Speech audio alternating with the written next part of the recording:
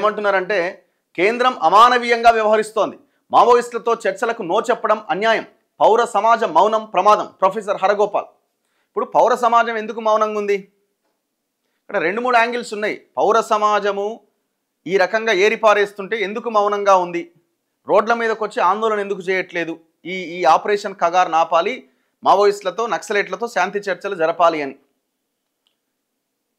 మరి మావోయిస్టులు నక్సలైట్లు ప్రజలకు ఏమైనా దూరం జరిగారా? గ్యాప్ ఏమైనా పెరిగిందా? 100% కనిపిస్తున్నది ఆ గ్యాప్ కూడా నేను అనుకుంటున్నా. ఎందుకంటే మీరు ఓన్లీ తెలంగాణ ఎగ్జాంపుల్గా తీసుకోండి. 10 సంవత్సరాల కాలంలో తెలంగాణలో భూ దోపిడీ చాలా విపరీతంగా జరిగింది. మనం లెక్కలే చూస్తే దాదాపు 25 లక్షల ఎకరాల ప్రభుత్వ భూమి పట్టాల కింద మారిపోయింది. గవర్నమెంట్ ల్యాండ్ పట్టాలకు ఎట్లా మారుతుంది? మారడానికి అవకాశం లేదు కదా, అంటే కబ్జాకు గురైంది. దళితుల అసైన్డ్ భూములు పోయినాయి, గిరిజనుల భూములు పోయినాయి, బీసీల భూములు పోయినాయి. ధరణి వచ్చి రకరకాల గొడవలు వచ్చినాయి, ఎక్కడ లేని సమస్యలు వచ్చినాయి, ఏనాడు లేని సమస్యలు వచ్చినాయి. సాదా బైనామాల మీద, పేపర్ల మీద దర్జాగా ఇది మా భూమి అని చెప్పుకున్న రైతులకి చివరికి ధరణి వచ్చిన తర్వాత హక్కులే లేకుండా పోయినాయి. ఈ సమస్య మీద మావోయిస్టు పార్టీ ఎన్ని లేఖలు, ఎన్ని లెటర్లు తెలంగాణలో రైతుల కోసం మేము ఉన్నాము, ప్రజల కోసం మేము ఉన్నామని విడుదల చేసింది. ఇప్పుడు వారానికోటి, నెలకొకటి, 10 రోజులకొకటి వస్తున్నాయి కదా. మరి ఆనాడు ఎందుకు రాలే? 10 సంవత్సరాలుగా ప్రజలు ఆనాడు అన్నలు ఎక్కడున్నారు అనే క్వశ్చన్ పదే రేజ్ చేశారు. ఇది వాస్తవం కాదా? పౌర సమాజం మౌనం ప్రమాదమే ఖచ్చితంగా. ఏ సమస్య వచ్చినా సమస్య మీద మాట్లాడకపోతే అది అతిపెద్ద ప్రమాదం కిందనే చూడాలి. రకరకాల వచ్చేసినాయి. ఇప్పుడు not only Telangana, not only ఈ రాష్ట్రం ఆ రాష్ట్రం అని లేదు, పౌర సమాజము, రాష్ట్రము, దేశము ఈ రకంగా తయారవుతుంటే మౌనంగానే ఉన్నది.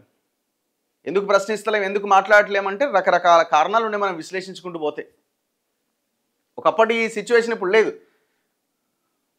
ఇగో హిడ్మాను పట్టుకొని కాల్ చేశారు. మావోయిస్టు పార్టీ కేంద్ర కమిటీ సభ్యుడు హిడ్మాది బూటకపు ఎన్కౌంటర్ అని సిపిఐ ఎంఎల్ న్యూ డెమోక్రసీ రాజకీయ ఖైదీల విడుదల కమిటీ ఆరోపించింది. హిడ్మా, ఆయన భార్య, మరికొందరిని పోలీసులు ఎక్కడో పట్టుకొని మారేడుమిల్లి అటవీ ప్రాంతంలో కాల్చి చంపి ఎన్కౌంటర్ కథ అల్లుతున్నారని న్యూ డెమోక్రసీ రాష్ట్ర అధికార ప్రతినిధులు పి ప్రసాద్, చిట్టిపాటి వెంకటేశ్వర్లు, రాజకీయ ఖైదీల విడుదల కమిటీ కన్వీనర్ బల్లా రవీంద్రనాథ్ వేరువేరు ప్రకటనల్లో ఆరోపించారు. పోలీసుల చర్యను వారు ఖండించారు. ఎన్కౌంటర్ పైన న్యాయ విచారణ జరిపించాలని డిమాండ్ చేశారు. మావోయిస్టు నేత తిప్పిరి తిరుపతి కూడా పోలీసుల అదుపులోనే ఉన్నట్టు తమకు అనుమానం ఉంది న్యూ డెమోక్రసీ నేతలు పేర్కొంటున్నారు. ఆయనకు ప్రాణహాని ఉన్నందున పోలీసులు వెంటనే ఆయన ఉనికిని బయటపెట్టాలని కోరారు. నేను అనుకోవడం అసలు ఆల్మోస్ట్ నాయకత్వం అంతా వాళ్ళ ఆధీనంలోనే ఉందేమో అనిపిస్తున్నది. ఏదన్నా కావచ్చు. ఇగో అమిత్ షా చెప్తున్నాడు, డెడ్ లైన్కి ముందే హిడ్మా ఎన్కౌంటర్ చేసి పడేసినాం. ఈ నెల 30 లోపే పని ముగించాలి అన్న అమిత్ షా లొంగిపోతారా, పరిణామాలు ఎదుర్కొంటారా? మావోయిస్టులకు మరోసారి బస్తరైజీ హెచ్చరిక. మావోయిస్టు పార్టీ అగ్రనేత, మిలిటరీ వ్యూహకర్త మాధ్వి హిడ్మాను కేంద్ర హోంశాఖ అమిత్ షా పెట్టిన డెడ్ లైన్కు ముందే భద్రతా బలగాలు ఎన్కౌంటర్ చేసినాయి. ఈ నెల 30వ తేదీలోపు హిడ్మా పని ముగించాలని అమిత్ షా ఆదేశించిండు. అయితే ఆ తేదీకి ముందే భద్రతా బలగాలు తమ లక్ష్యాన్ని ఛేదించాయని తెలిసింది. హిడ్మా ఎన్కౌంటర్ విషయం తెలియగానే అమిత్ షా ఈ ఆపరేషన్ను పర్యవేక్షించిన ఉన్నతస్థాయి అధికారులతో మాట్లాడారు. హిడ్మా ఎన్కౌంటర్ నేపథ్యంలో మావోయిస్టులకు ఛత్తీస్గఢ్లోని బస్తరైజీ సుందర్రాజ్ మరోసారి హెచ్చరిక జారీ చేశాడు.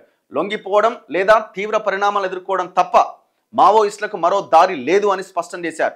హిడ్మా మృతితో ఒక్క బస్తర్లోనే కాకుండా మొత్తం భారతదేశ వ్యాప్తంగా భద్రతా బలగాలు నిర్ణయాత్మక ముందంజను సాధించాయని తెలిపారు. వాళ్ళకి ఇది మామూలు విజయం కాదు. హిడ్మాని లేపేయడం అన్నది అతి భయంకరమైన ఈ విజయం ఇది. ఒకవేళ హిడ్మా కనుక పోలీసు బలగాలకు దొరికితే ఆయనని కోర్టు ముందో లేకపోతే ప్రజల ముందో ప్రొడ్యూస్ చేసేవాళ్ళ ఒకసారి మీరు ఆలోచించండి. ఎందుకంటే వాళ్ళకి అతన్ని అంతం చేయడం అన్నది అతిపెద్ద విజయం. మావోయిస్టు పార్టీ చరిత్రలో హిడ్మాని అంతం చేయడం అన్నది అతిపెద్ద విజయం. హిడ్మా గొప్పతనము అవన్నీ అంటే హిడ్మా యొక్క ఆయన ఎంత పవర్ఫుల్ ఏందన్నది పక్కన పెడితే సోషల్ మీడియాలో దేశవ్యాప్తంగా ఒక పెద్ద చర్చ కదా హిడ్మా హిడ్మా హిడ్మా అన్నది. సో ప్రజల నోళ్లలో ఆయన పేరు నానిపోయింది. సో దీంతో ఆయననే లేపేసినామనంటే ఇక అయిపోయింది మావోయిస్టు పార్టీ పని అనే ఒక నరేషన్ బిల్డ్ అవుతుంది. ఇప్పుడు అదే జరుగుతున్నది. సో దాంట్లో కేంద్రం సక్సెస్ అయింది.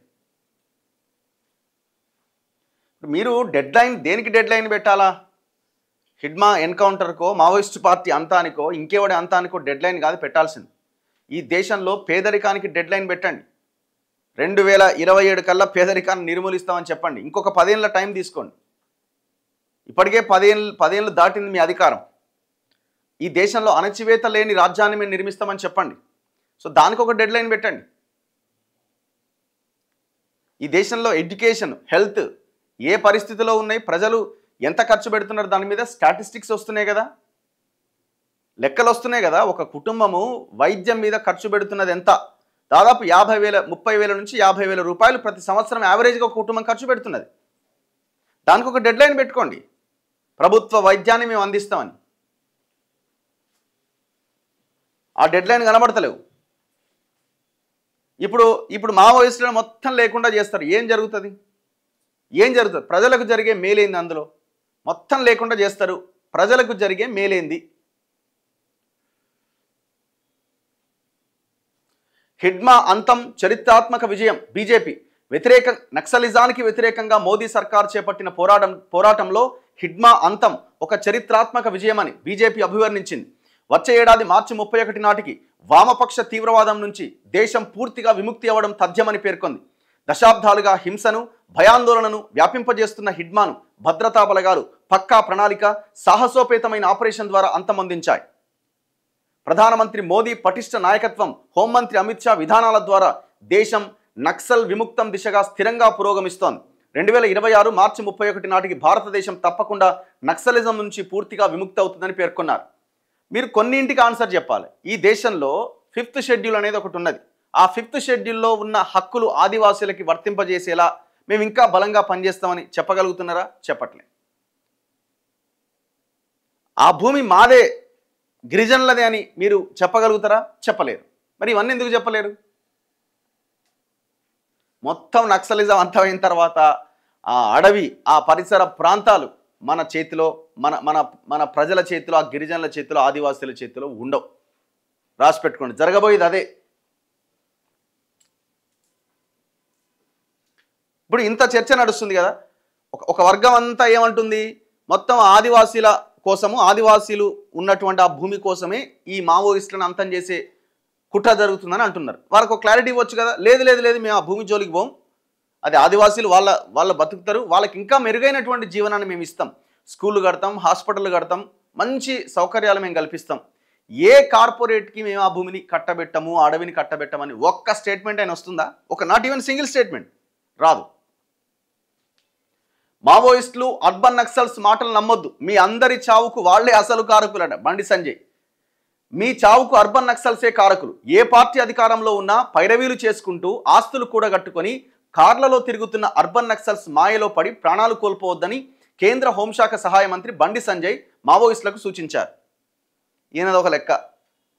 అర్బన్ నక్సలేట్లట ఏసీ రూములలో ఉంటున్నారట, వాళ్ళు చెప్పే మాటలు మావోయిస్టులు వింటున్నారట, ఏడు అడవుల్లో ఉన్న వాళ్ళు వింటున్నారట. మరి ఎవరు చెప్పారో ఆయనకు? తుపాకీతో అసలు మీరు సాధించేదేంటి? తుపాకీ పట్టుకుంటే క్షమించే ప్రసక్తే లేదు. కలం పట్టి చదువుకునే అమ్మాయిలకు మాయమాటలు చెప్పి తుపాకులిచ్చి అడవుల్లోకి పంపితే వారు తిండి తిప్పలు లేక తిరుగుతున్నారు. దేశ సరిహద్దులో జవాను వద్ద, పోలీసుల వద్ద మాత్రమే తుపాకీ ఉండాలి. తుపాకులను వదిలి జనజీవన స్రవంతిలో కలవాలి అని పిలుపునిచ్చారు.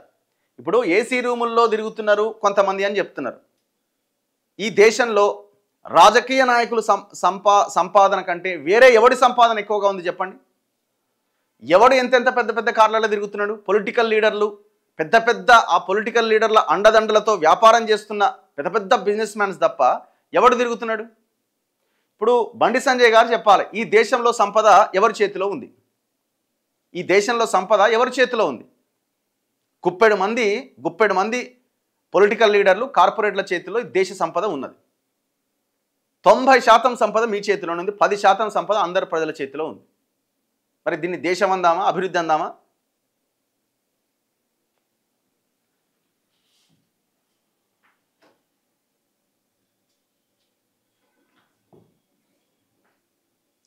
చలో నెక్స్ట్ మిగతా వార్తల్లో ఒకసారి కామెంట్ చూద్దాం. నువ్వు పక్కా అర్బన్ నక్సలైట్వే, ధన్యవాదాలు, థ్యాంక్ యూ వెరీ మచ్. మీరు ఏ పేరైనా పెట్టుకోవచ్చు, అర్బన్ నక్సలైట్ అనొచ్చు, లేకపోతే ఇంకోటి అనొచ్చు. మేము చెప్పిన దాంట్లో వాస్తవం ఉందా లేదా? వాస్తవం ఉంటే తీసుకోండి, అదర్వైజ్ పక్కన పెట్టండి. Simple. Why they are killing these people. రెండు వైపులా జరిగే హింసను మనం ఖండించాల్సిందే. మావోయిస్టులు పోలీసులను చంపినా అది తప్పే. కానీ ఈ సిచ్యువేషన్ దేనికి వస్తున్నది? ఈ సిచ్యువేషన్ దేనికి వస్తున్నది? ప్రభుత్వాలు సరిగ్గా పరిపాలన చేస్తే ఈ పరిస్థితి వచ్చేదా? ఇందులో కాంగ్రెస్ పాత్ర కూడా ఉంది. ఇప్పుడు ఒకవేళ బీజేపీ పోయి కాంగ్రెస్ వస్తే మావోయిస్టులని లేకుండా, అంటే మావోయిస్టులని మీరు చేసుకోండి అని చెప్తుందా? వాళ్ళు కూడా ఏం చెప్పారు, ఈ దేశము పార్టీల చేతుల్లో నాయకుల చేతుల్లో లేదు, కార్పొరేట్ల చేతుల్లో ఉంది. గుర్తుపెట్టుకోండి.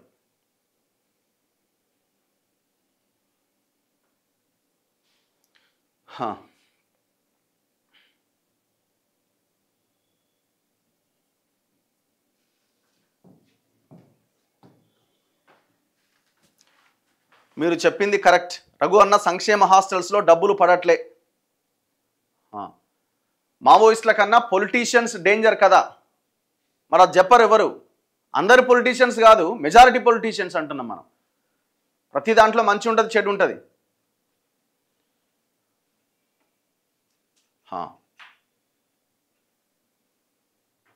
నువ్వు అర్బన్ నక్సలైట్ అవ్వడు మాకు సంతోషమే రంగన్నట్టు. ఇప్పుడున్న నక్సల్స్ ఒకప్పటి నక్సల్స్ కాదు భయ్యా, అంతే కదా. వాళ్ళ ముందు నుంచి నక్సలైట్లు కాదు కదా.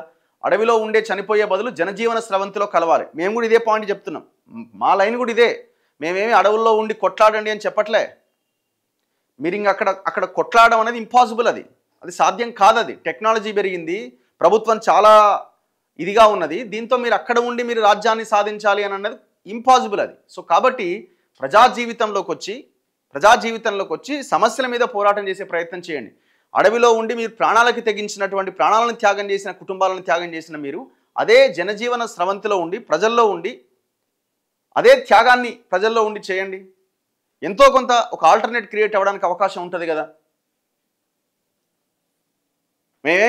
మీరు అడవుల్లోనే ఉండాలి, మీరు గన్నే పట్టుకోవాలని మేము చెప్పట్లా, బయటికి రావాలనే చెప్తున్నాం మేము కూడా. యూనివర్సిటీ ప్రొఫెసర్స్ ఎంతమంది ఉన్నారు రఘు గారు? అతి తొందరలో మనువాద బీజేపీ ఉగ్రవాదులకు ఏందో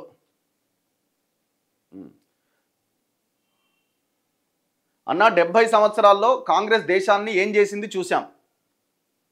వాస్తవమే మీరు చెప్పింది. కొంతమంది నక్సలైట్లు సమాజ జాగృతం కోసం చేస్తున్నారు, కొంతమంది అడ్డదారుల్లో డబ్బు సంపాదించే వాళ్ళని చూసాం. ఇది సమాజానికి హానికరం. అడవి బిడ్డల హక్కుల కోసం పోరాడాలని కోరుకుందాం. ఇప్పుడు మీరు వాళ్ళ దాంట్లో కూడా పాలిటిక్స్ లేవా, వాళ్ళ దాంట్లో కూడా వర్గాలు లేవా, కులాలు లేవా అంటే ఉన్నాయి. డౌట్ ఏముంది అందులో? ఇప్పుడు ఒక చర్చ ఆల్రెడీ ఉంది కదా.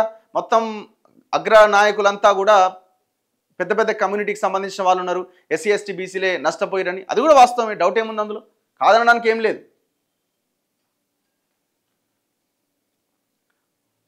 అడవిలో ఉండి కొట్లాడే రోజులు పోయినాయి. వాళ్ళు ఈ విధంగా తయారవడానికి కారణం ఈ రాజకీయ నాయకులు. వీళ్ళు దోచుకుంటున్న దాన్ని అరికట్టడానికి ఈ విధంగా తయారయ్యారు. మళ్ళీ రాసరిక పాలన వైపు వెళ్తుంది దేశం. బెల్ట్ షాప్ల వీడియో చేయండి.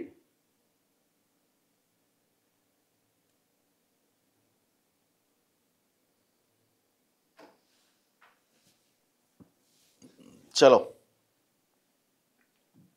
నెక్స్ట్ మిగతా వార్తల్లో